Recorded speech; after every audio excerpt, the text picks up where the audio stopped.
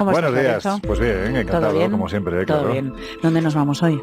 Nos vamos a un sitio que a mí particularmente me fascina desde hace muchos años. He ido varias veces a este lugar. Además, fui en el momento en el que se hizo especialmente célebre. Recordaréis que hace 4 años, no, casi ya 5 años, todo el mundo se conmovió porque teóricamente, pues el fuego del infierno salía, nos caería un asteroide, en fin, llegaba al fin del mundo. El fin del mundo de los mayas. La profecía de los mayas, la recordaréis, ¿no?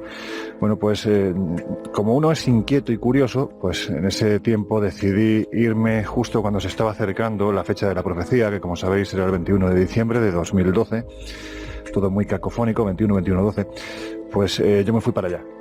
Y además fui al sitio donde Para que todavía... te pillara en el sitio, ¿no? Bueno, oye, si en un momento determinado dicen que se acaba el mundo que te pilla allí. Claro. Dicen que venía Bolón Yocté, que es el dios de la guerra. Es, pues el malo entre los malos, ¿no? ¿Que viene de dónde? Esta es una de las cosas interesantísimas del pueblo maya. Ahora, si quieres ver, ni vamos a ello, porque posiblemente ese sea el gran enigma de los mayas, ¿no? Por lo menos de su tradición y de sus creencias, ¿no? Estamos hablando de que en aquel tiempo la gente hablaba gratuitamente del final de los tiempos. Fueron muchos los medios de comunicación, papel, radio, televisión, que se hicieron de oro precisamente vendiendo esta historia, cuando sabían perfectamente que llegaría el 21 de diciembre de 2012 y el día siguiente llegaría el 22. Exacto. Y no pasaría absolutamente nada. Pero vuelvo a repetir, uno es curioso y me fui para allá, ¿no? Y entonces llegué al sitio donde todavía queda parte de la estela maya, de la estela de la profecía que se conoce, que es la ciudad de Cobá. No sé si habéis estado. No. Chichén Itzá, pues está relativamente cerca de... Me saca de Albacete. Bueno, pues aquí lo que tienes en mitad de la selva es una ciudad que todavía permanece prácticamente cubierta de vegetación. Es como fue descubierta hace unas cuantas décadas. Y allí está la estela de la profecía. En ningún momento se hace ningún tipo de alusión al fin de los tiempos, al final de la cuenta larga, los 5.000 y pico años. En fin, incluso tú hablas con los miembros de los que todavía continúan siguiendo las tradiciones maya, y lo que te dicen es que, claro, nos estamos apropiando nosotros, esta civilización primermundista, se está apropiando de una tradición que no fue hecha para nosotros, fue hecha para ellos. Por lo tanto, para ellos ese final de los tiempos, ¿en qué consistía? Pues consistía ni más ni menos en un cambio de ciclo. Ellos decían, es que nuestros hijos ya se van a vivir al DF, ya no mantienen las tradiciones, ya no hablan el idioma de los antiguos mayas. Con lo cual para ellos sí que era el fin del mundo. Final, efectivamente. Pero ¿qué es lo que me encontré en Cobá? Aquí es donde me encontré con una gran sorpresa. Cobá, para que os hagáis una idea, era una ciudad que cuando Madrid era una aldea de 16.000 habitantes, o París, estamos hablando del siglo VII, VIII después de Cristo, esa ciudad tenía más de 200.000 habitantes. ¡Hala! Imaginemos lo que era. Allí está, de hecho, la pirámide más grande que se encuentra en Norteamérica, que todavía hoy se puede subir, porque si vas a Chichén Itzá, pues como algún descerebrado se ha subido los 90 y pico escalones hasta la parte alta y luego se han caído, pues se han abierto la cabeza. Han decidido prohibir que ya no se puede escalar pirámide en Chichén Itzá, pero aquí sí se puede subir. Y cuando llegas a lo alto, empiezas a imaginar lo que tuvo que ser aquello, cómo estaban protegidos en un sitio totalmente contrario a la vida. Es decir, más allá estaban las llanuras de Tabasco. Allí era más fácil construir una ciudad-estado. ¿Por qué esta gente se protegió en mitad de la selva? ¿De qué querían protegerse? Y lo más interesante, cuando bajé de esa pirámide, la persona que nos acompañaba, un maya actual, le pregunté, ¿y dónde está el cementerio? Y me dijo, aquí no hay cementerios. ¿Y dónde están los cuerpos?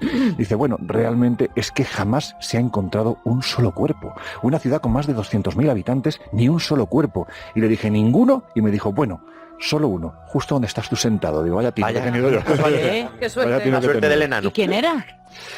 Se supone que era uno de los grandes personajes que había vivido, gobernantes no se sabía exactamente el nombre porque la estela había sido borrada, pero era uno de los gobernantes. Claro, pero este lugar donde tú estuviste, ahora mismo allí, ¿qué hay?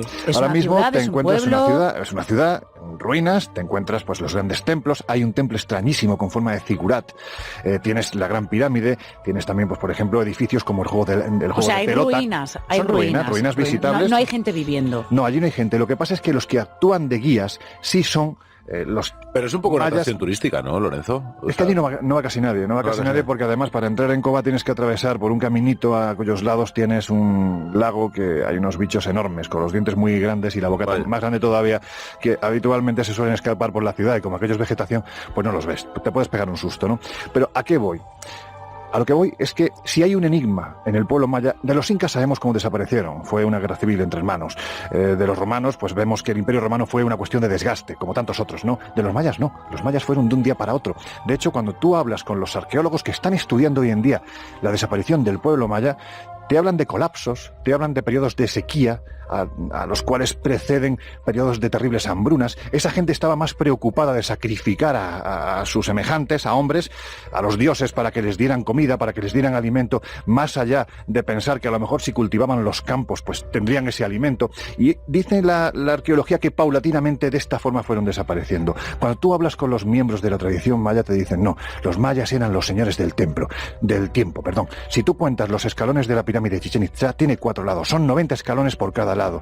Total 360, más los 5 últimos 365. Medían el tiempo a la perfección, sabían cómo funcionaba. Hola. Y tú hablas con los mayas actuales y te dicen no, son los señores del tiempo, dieron un salto espaciotemporal, se encuentran en otro lugar esperando a Bolón Yotke y al regreso de los antiguos dioses. Esto evidentemente es tradición.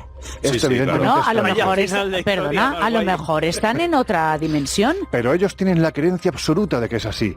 Y de hecho, hay muchos arqueólogos mayas, es decir, gente que ha estudiado la propia arqueología para poder escarbar en su pueblo, en sus antiguos pueblos, que están convencidos de estas ideas. Ellos piden permiso a la Madre Tierra antes de entrar en los lugares sagrados. Ellos son conscientes de que esa idea que tienen un tanto etérea, ¿no?, de la existencia de otro plano en el que se encontraría ese pueblo, que no sabemos cómo desapareció, están convencidos de que fue así, de que están en otro plano esperando el regreso. Sí. Cuando se produzca el regreso, entonces sí, según la tradición maya, tendremos muchos problemas. Y tendremos noticias, claro. Tendremos noticias, espero, sí. Si eso sucede, nos enteraremos, pero si tú los encuentras antes, nos lo cuentas, ¿vale? Bueno, ya La haremos primicia, una en En conexión desde exclusiva, allí. En exclusiva, por Aquí en favor. directo desde el fin del mundo, ¿no?